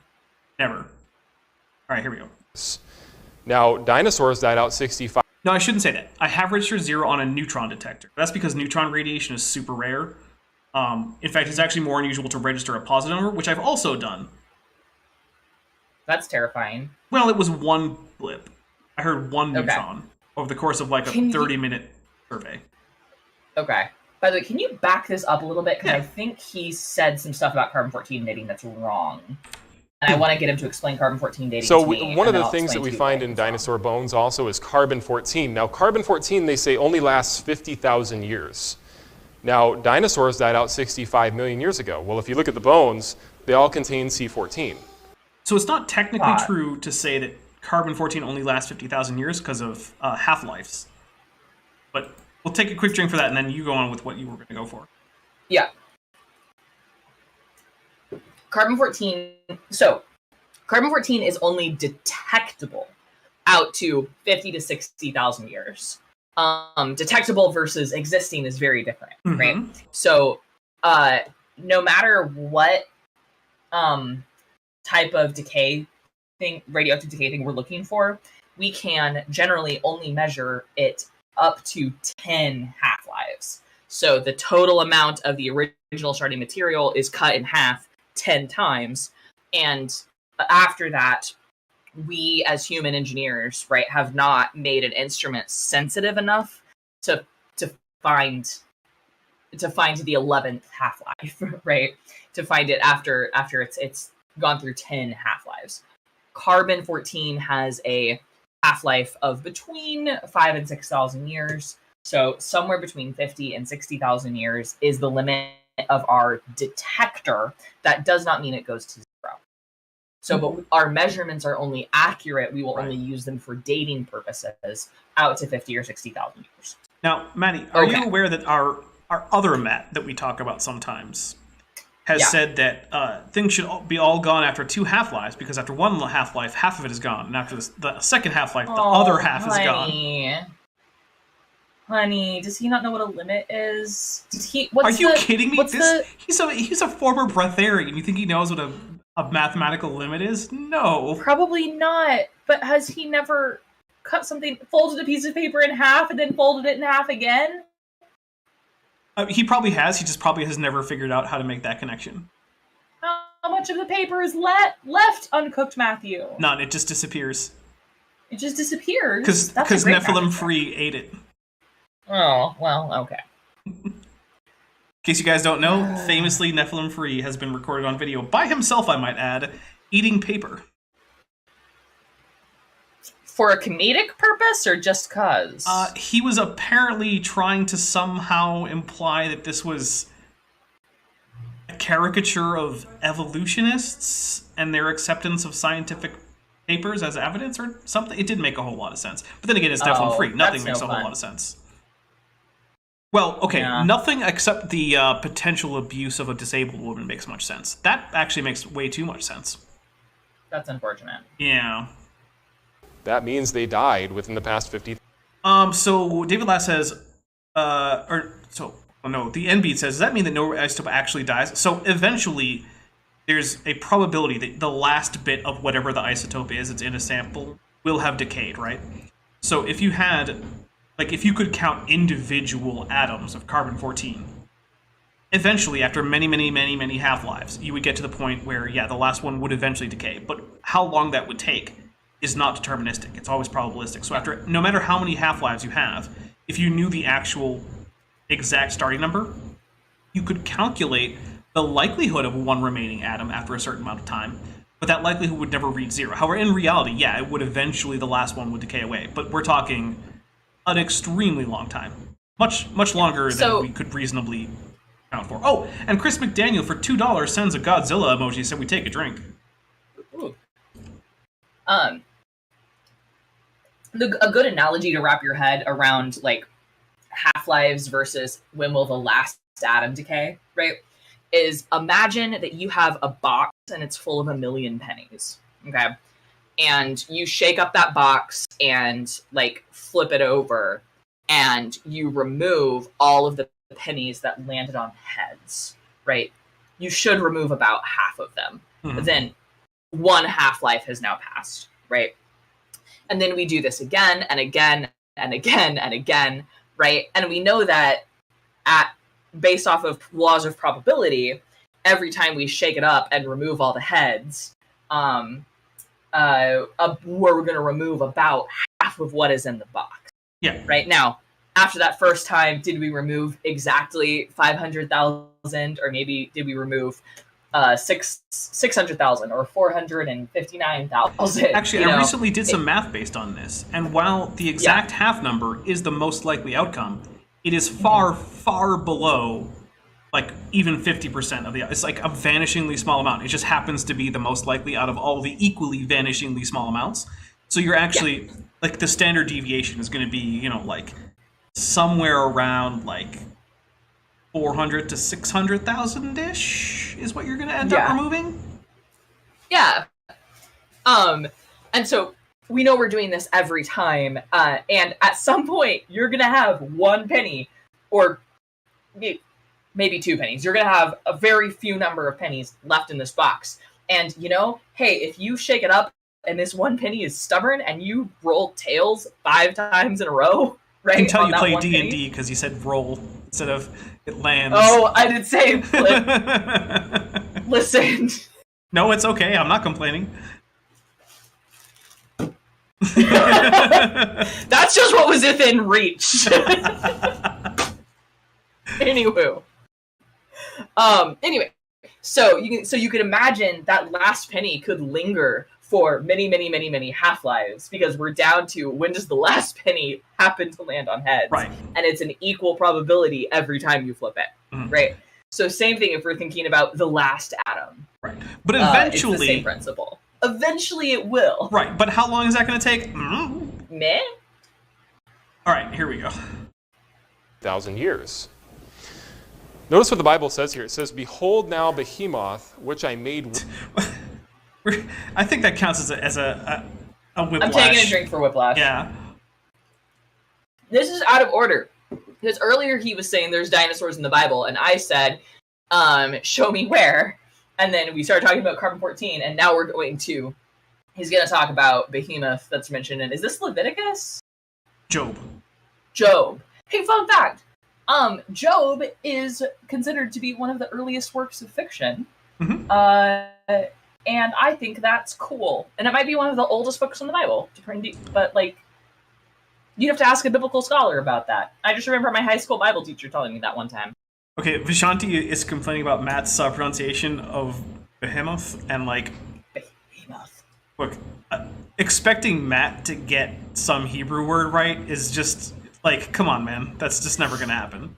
But in theory, I should expect Matt to be better at getting a Hebrew word correctly than his ability to do science, because his stated profession is, preacher, right?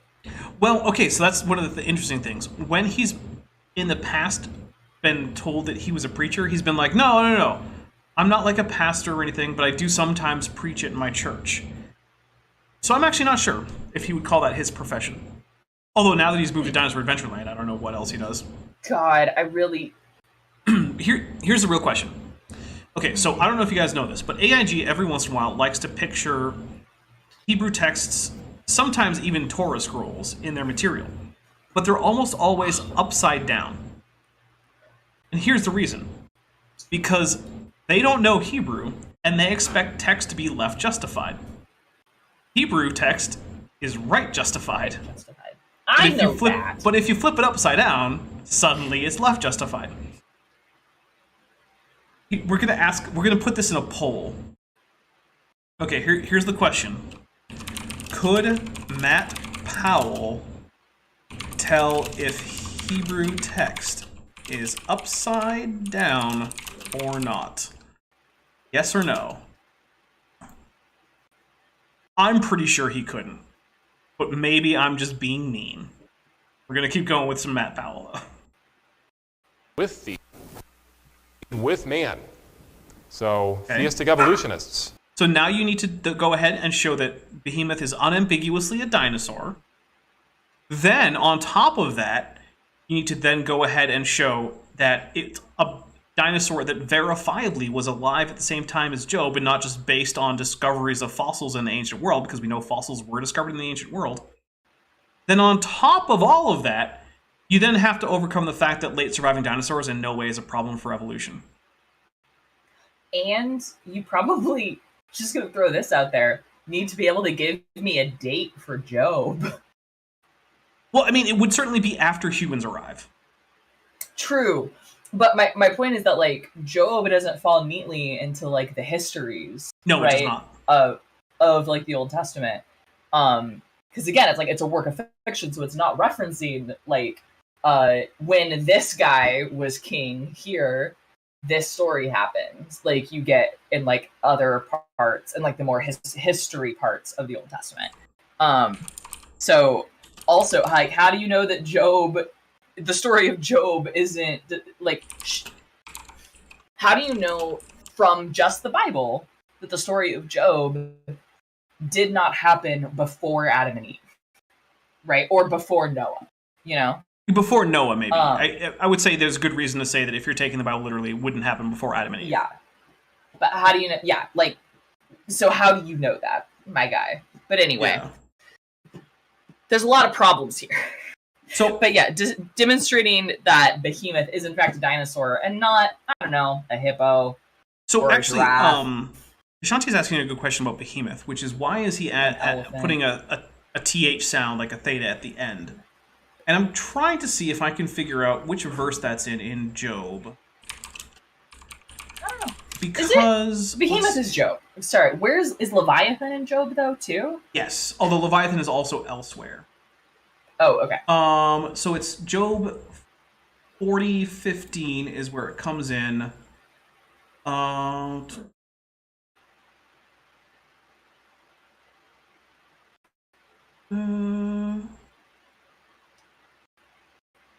Oh, I was going to say maybe it's because of transliteration into the Septuagint, which probably is where that pronunciation would have come from, because at the time of the Septuagint, theta was actually an aspirated T rather than a dental fricative. But no, apparently they don't use a theta to transliterate that in the Septuagint. So I don't know why there's a TH on that. But I do know that that is actually the typical way that the last consonant is pronounced in English language. And I don't know why. Maybe I will be able to find out later, but I'm not going to be able to find out today. Because my first guess, which I think was a fair guess, turns out not to have been correct. Oh, who Jesus says technically YECs believe Job is in the Ice Age because it mentions snow. I had not heard that's what they believe about it. Maybe Love I would be it. interesting. I would be interested to see where they say that, because it would be an interesting thing to look into. Read closely with the Bible. Steve Reno says, "Is the binding on the right side for Hebrew books?" Yes, actually. I believe somewhere within arm's reach, I should have my Hebrew text of the Old Testament. Okay. I have a book written in Hebrew, but that's not in arm's reach, but I could go get it if we need it. So, nope, this is my Greek New Testament. That doesn't help. Oh. Give me 1 second. It's just out of arm's reach. I'll be back in just a few seconds. All right, guys, I've finally done it. It's taken 11 episodes, but I've taken over the stream. We've kicked Dapper out. We've sent him on a quest to find a book written in Hebrew, and now I'm in charge. Mwahaha! So I now have my Hebrew Old Testament / Tanakh, and with the binding on the right side, if I open the front cover and get through the couple blank pages, it starts with the publication info on what would be the last page on most texts. Then we finally get to, which is page 1, Roman numerals. You turn it to the right, page 2, turn to the right again, 3, 4, and then Genesis starts with the cover opening to the right, and in the introductory pages, which are in like every language out there. I mean, seriously, we've got Latin, French, English, German. But eventually you get Genesis, yep, all the way after page, what is this? Page, what is this? So that's 69, 70, 71. Yeah, after 71 pages, no, 72 pages of Roman numerals, you finally get to actual page 1. But yep, binding on the right. In fact, that's also the case for Arabic books. My Arabic, English, Arabic 2-volume set is actually primarily aimed at Arabic speakers learning English, and it is also bound to the right. My Arabic translation of the Bible, as well as one of my Arabic language Qurans, open to the right. The other one is an interlinear, so it actually opens to the left because it's made primarily for English speakers. There you go. All right, here we go. Here, he eateth grass as an ox. And they say, oh, that's just so crazy. You think a dinosaur ate grass? Well, some of them did, because grass did evolve in the Cretaceous. Can we drink for conversations that didn't happen? Yeah, I do think that's a conversation. No. herbivores existed, my guy. Like, Well, to be fair, grass didn't evolve until the Cretaceous, so most Okay, dinosaurs fair. never encountered grass. so Well, again, I, as somebody who knows very little about dinosaurs, right? Right. So, Effectively nothing. so he's gonna Like, that's not something that I would think is ridiculous. Yeah. You know? Recently found some dinosaur dung. Somehow lasted 65 million years. It's called fossilization, Matt. It's a thing. It happens to dung as well. Oh, look. Fossil dung Right. reveals dinosaurs did graze grass. Cool. Yep. You've skipped a word there, guy. Also, he thinks that Behemoth is a large sauropod. Large sauropods and grass didn't actually really coexist much because by the time grass evolved, sauropods were almost entirely restricted to South America and southern Laramidia in what's now North America, whereas grass evolved in the Indian subcontinent and spread throughout parts of Asia by the end of the Cretaceous. So, yeah, if in fact sauropod is what you think Behemoth was, then they probably didn't eat grass. And guess what was inside of it? It says microscopic examination of fossilized dinosaur dung from India now shows that the last massive plant-eating dinosaurs munched heaping helpings of at least 5 different types of grass. Here's the cool thing, grass is easy to identify because in an effort to help itself be unpalatable to animals, it actually grows tiny little jagged crystals in its actual structure, which is why it's not fun to eat, and also why razor grass can exist, which is not as dangerous as it sounds, but it's still not fun. Because this grass that can cut you. I'm thinking about, like, the grasslands out in my neck of the woods in the plains, you know, and how, like, in modern times those can support huge herds of bison because there's just so much of it. Yeah. That's not a bad food source. It's not. Well, it's a bad food source unless you're very specifically adapted. So, for instance, bison are ruminants. Oh, take a drink from Mothra. Cheers. So ruminants have, multiple stomachs, and they vomit up the grass and rechew it. And even then, the grass, so little of it has been digested that their dung is then food for multiple other organisms that then bother to digest what they couldn't. Yeah. So it's great if you can use it, but most organisms really can't. In fact, it's one of the reasons dogs actually eat grass is as an emetic, because it's so indigestible that they'll then throw up. So if your dog is feeling like its stomach is upset, it might go eat a bunch of grass in an effort to make itself throw up. Aw, poor puppies. Well, sometimes puppies want to throw up because their tummy's upset. That's true. We've been giving. Okay, so my old man dog Shep is 10, and his tummy was getting upset a lot over the summer. So we started giving him a little bit of yogurt with his breakfast, with lots of probiotics, so his tummy feels better. And then, but after we started doing that, our other dog Chester, whose tummy is fine, he got really mopey for several days. And then I realized it's because he thought we didn't love him because we were giving his brother yogurt and not him. So now they both get yogurt and they're very excited about breakfast. The end. Oh, so by the way, the end bead is suggesting that the H in Behemoth is coming from late Latin, probably late medieval. So what I'm going to do is I'm going to real quick just check the Masoretic text for Job 40:15, so I make sure I get the right spelling. Here we go.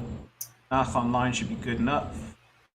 15. Hey. Behold now Behemoth. Welcome to the Dapper Dinosaur channel, where you never know when a spontaneous exploration of etymology is going to occur.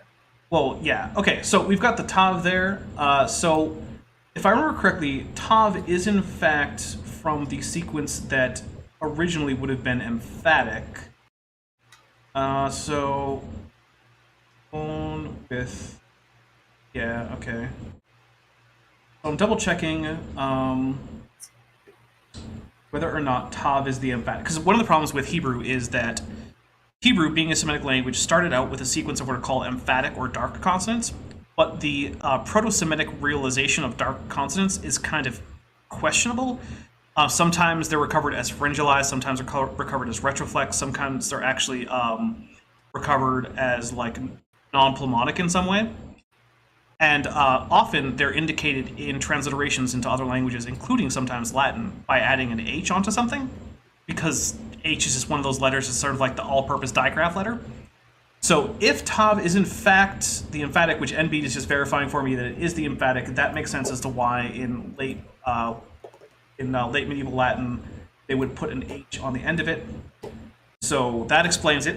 It was done because in late medieval Latin they transliterated the emphatic T, tav, with an H, and then that got into English, and people in English-speaking countries took it as the TH digraph in English, which it wasn't. But there you go. That is the explanation why it's Behemoth instead of Behemoth. Behemoth. There you go. Thank you, NB, for the help. And thank you, background knowledge of Semitic linguistics and emphatic consonants. Here we go. They're like, well, that doesn't make sense because grass evolved 55 million years ago and dinosaurs lived 65 million years ago. So they didn't see grass. So we brought the...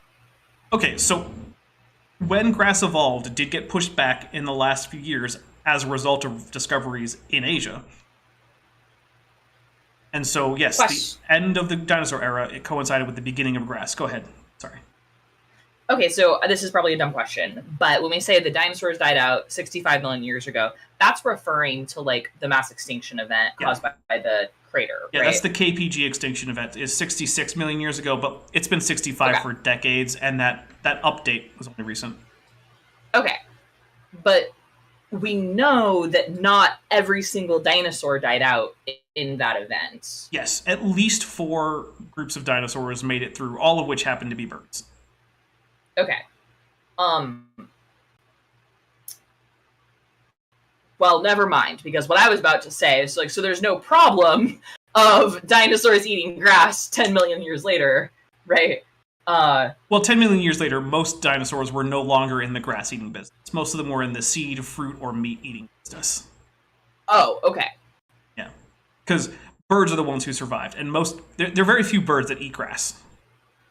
True. The problem with birds is because they don't have teeth, they're spectacularly bad at processing grass before they swallow it.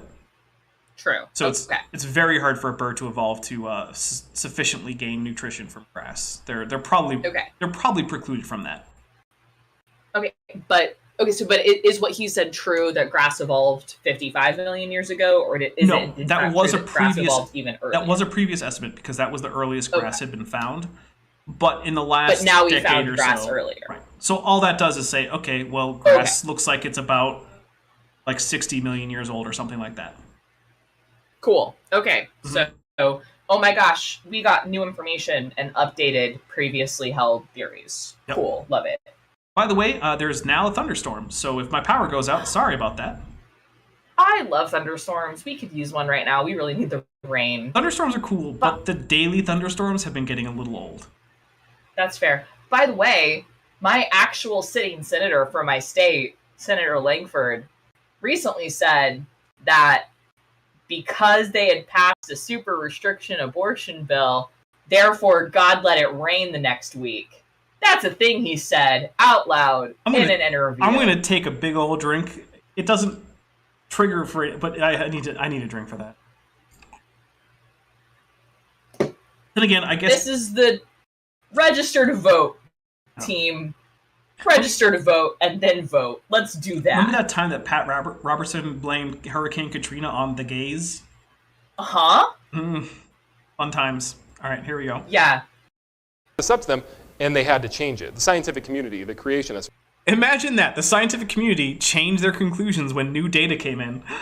The horror. We're not absolutists, because we're not Sith.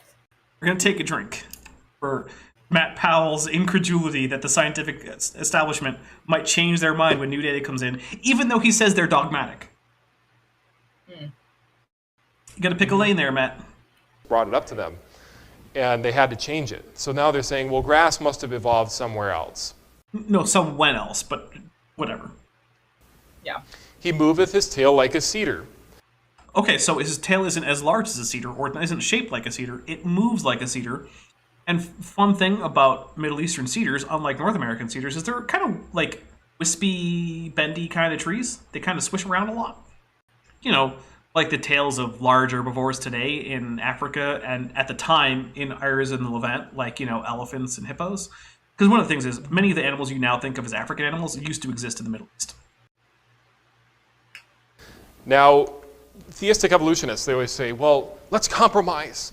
No, they say, let's follow the evidence of evolution that is overwhelming and not pretend that Genesis is literal history, which it obviously can't be. It must have been a hippopotamus. Folks, Or an elephant, or maybe a rhino. I actually like Can you elephants. maybe do... Ooh, okay. But so, do you like his really deep sigh there? Like, I feel like the sigh in and of itself is him trying to argue from incredulity. Oh, yeah, probably. Are you asking for a drink from that? Yeah, I'm gonna take a drink for that. Fine, we'll take a drink for it. Listen, I've got this much to finish, and there's 7 minutes left. Goop23 for $2 says, it moveth like a Jaeger. Yeah. Yeah. I know you guys have all probably seen this before, but which one moves its tail like a cedar? In fact, the hippo. If you've ever seen... Watch a hippo defecate. Its tail moves a whole lot like a cedar. Because they like to spray that poop everywhere by flipping their tail back and forth. Yeah, it's kind of gross. Also, invasive hippos are currently running around in South America as a result of Pablo Escobar, because after his compound was raided, his pet hippos weren't collected because no one wanted to deal with giant man-killing artiodactyls. So they were just left to their own devices, and now they're just breeding in a little isolated pocket of the Amazon. You didn't know about the Escobar hippos? No, that's Yeah. my new favorite. Okay, my previous favorite animal fact is the, let's go with enclave of super intelligent bears in Yellowstone. Okay, here's another cool one. Rheas have established a breeding population in Germany. Sorry, what has you cut out for a sec? Oh, rheas, the South American ratite that looks a lot like an emu, but they're a bit smaller than emus. Yeah, there's now a breeding population of rheas in Germany because they were popular in petting zoos, but they're also really good at escaping from petting zoos. Yeah, so now there's a breeding population of rheas in Germany. Oh, and large parts of Spain are overrun with raccoons because people kept them as pets. But it turns out raccoons are really bad pets. They're bad pets. Yeah. So yeah, now there are just invasive raccoons in large swaths of Spain. Excellent. Thanks, humans. Thanks, humans. All right, we've only got a little bit of time You're left. welcome, Spain, for your trash pandas. I mean, to be fair, they are adorable, although also dangerous. Yeah. They say it's a hippo. Don't compromise on what the Bible says. Obviously, it's referring to... The Bible does not say it's a sauropod. It says an animal. It just says an animal that's big. And like, gosh. So here's what bothers me. Dabber, is Matt is like, don't compromise on what the Bible says, as if the Bible says it is a giant sauropod. That's not what it says. That's not what it says at all. You, my guy, are interpreting stuff. You are making assumptions. You are drawing conclusions based off of the text. You are not, like, that is not saying that the Bible is the end-all be-all, right? So you're breaking your own rule, right? You are interpreting. And I don't like it. And I don't like it because I don't like, if you're going to have a ridiculous position, at least be honest in holding your ridiculous position. Yeah. And follow it through, right? That's the very least you can do. I want to point out... Hypocrisy bothers me. With regards to the sauropod identification of Behemoth, what's the first thing you notice about a sauropod? Well, it's the thing that... I think we're doing some... Yeah, I think we're just back. We just had a little cutout in the internet there, I think. Anyway, in regards to Behemoth being a sauropod, what's the first thing you notice about sauropods? It's the thing they're noted for in such classics as The Land Before Time. Long neck? Yeah, the long neck. You know what Behemoth is never described as having? a long neck. Weird, right? Weird that. Yeah. Lots of things have long tails. Nothing has a neck as long as a sauropod, but yet that just never comes up in there. Anyway, we are at the point where it is time to start wrapping up, guys. We will come back to this hopefully next month, assuming that Maddie is available. So first question, Maddie. Think you might be up for some role-playing tomorrow? Yeah. Okay. I listen, unless Baby Girl has a problem with that, I am planning on playing some Power Rangers. Awesome. So that, assuming everyone is good for that, because I still haven't quite heard back from everyone. In fact, I've currently heard back from half of people. But assuming at least a couple more get back to me, and we're good, we're going to be having Power Rangers Jungle Beasts for the first time in a while on my off-topic channel, Top Hats Off, which there should be a link to somewhere, I don't know, description, whatever. Yeah. But what else is coming up on your channel, Maddie, that you want to tell people about? So my channel, I'm not planning on doing anything on my channel until October. I'm giving myself till October to settle into new momdom.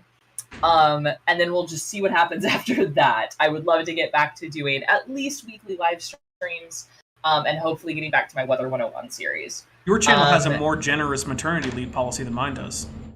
That's true. It does. It does. Well, to be completely honest, it's easier for me to just show up with an alcohol and make fun of someone than it is to have chosen a video and plan things and set up production. So this is easier for me to do. Second, Guns, Magic, and Steel hopefully will return in October. Again, giving myself till then for maternity leave. And in October, I will have to, this is, if you follow me on Twitter, I retweeted it out, but Chesh and so Chesh is going to DM the game, and I'm playing in it of a Halloween spooky, campy spooky 3 to 4 shot D&D campaign, all ladies.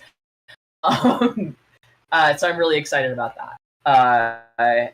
I get to play. I had a lot of fun with building a ridiculous character, mechanics-wise.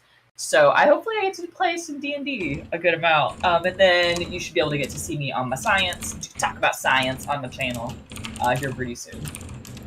All right. Real quick, I think it might have been caught by the internet hiccup. Vandeli1998 asked, do YECs think the U.S. is a cedar and not Middle Eastern... Sorry. U.S. cedar and not Middle Eastern cedar. I don't think they think about it much. I think they just go with the cedars that they're most used to, which virtually all young Earth creationists are either Americans or they get all of their talking points from Americans. So I think that's what's happening, is that they go with the only cedars they're familiar with. Sorry about that, Vandalia. Up on this channel here, let's see what we got coming up. So, Thursday, part 2 of my spirit science consciousness vibration levels video, where you get to learn more about how to raise the frequency of your vibrational levels of your consciousness. Which, as Maddie is indicating, that none of that is a thing. That's all nonsense. None of that makes sense. Yeah. Complete and utter BS. Gibberish. Yeah. You might as well change the polarity. Yeah, change the polarity of your consciousness to increase the frequency levels of Earth. I think in this one we get into things like, what does harmonics mean? What does it mean to have harmony? Because it doesn't just mean anything. There are actually definitions for this, and your consciousness. There is actually a scientific definition of that. It's mathematical. Right. Jeez. Yeah, it's a mathematical relationship, which can be demonstrated to carry over into the real world scientifically. That's how you get like a resonance frequency, and how you can shatter glass. Yeah, anyway. That's exactly how. Yeah. All right. In fact, we actually get into resonance too. Yeah. So I'm going to talk about resonance, harmony, frequency, what all those things mean, why they don't just mean whatever Jordan, the thing that rhymes with rapist, says they mean. In a happier note, my college physics 3 professor, we actually shattered a wine glass with resonance in class, and it was nice. Really cool. Yeah. Saturday the 24th, I am going to be here to read a paper by AIG's new pet paleontologist Gabriella Haynes Also, whose PhD thesis I recently found, but it's mostly in Portuguese, and I don't know the degree to which I'm willing to read Portuguese in order to just see her thesis. I've read some of it, and turns out my Portuguese is worse than my Spanish, and my Catalan, and my French, and my Romansh. So, I don't know. I haven't tried Ladino. I've never read Ladino, so maybe my Ladino is better than my Portuguese. But my Portuguese is surprisingly bad compared to how well I do with most of the rest of the language. Also, it's worse than my Italian. Never tried Sardinian. Might be better than my Sardinian. I don't know. Probably not though. Anyway, yeah. Apparently, Portuguese is like my worst Romance language in terms of reading. So, whew. Let's see. So we're going to be reading her paper about whether or not Archaeopteryx is a bird or a dinosaur. Spoiler alert, it's a dinosaur either way, but she manages to not get that while showing evidence that it's true. And also, it gets worse than that. And this was published in the Answers Research Journal, by the way, which is a great demonstration of the level of peer review that journal has. Let's see, Tuesday the 27th should be Jackson with Jackson. If you want to see Jackson Wheat and I take a look at Dr. Charles Jackson's nonsense. He's going to be talking about human evolution, which is something involved in Jackson Wheat's most recent video series that he started. So that ties in there. Then on the 29th, I don't know, something's happening. There's going to be a video that gets uploaded. It'll be noon Pacific, 3 p.m. Eastern. I don't remember which one it is. But yeah, I think it actually might be a return to that megachurch pastor who talked about human evolution. This time he's just talking, or no, he talked about like the fossil record in general or something, and now he's talking about human evolution. I think I have a 2-part series on him too. Maybe a 3-part. So yeah, but as I was telling Maddie, if you guys want to join the channel or join the Patreon, there's like enough videos to go all the way to January like 12th or something like that. Right now in the can, available for you to watch. So if you're bored and you want to watch like 7 hours of Dapper Dino stuff that no one else can watch, you can pay like $1 and binge it. Plus, it's what all the cool kids do. It's true. It is what all the cool kids do. All right, guys. With that, we are going to get out of here. If you are a channel member or a patron, head over to the Discord server voice chat, because pretty soon we're going to be watching some Star Trek. Lower Deck Season 1? I think so. Maddie, pay $1 and you can come watch with us. Well, I do pay $1. Thank you very much. Do you? And I would come watch with you, but I need to go pay attention to my baby. Are you a member or a patron? Yeah. Oh, I kind of forgot about that. Do you have a different screen name other than like Science Side Up or something? Nope, sure don't. Oh, okay, but you know what though? When I do my credits, I don't look at the people who pay $1 because they don't go in the credits. So I probably just and I do the $1 on the member.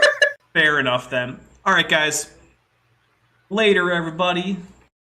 Bye, team.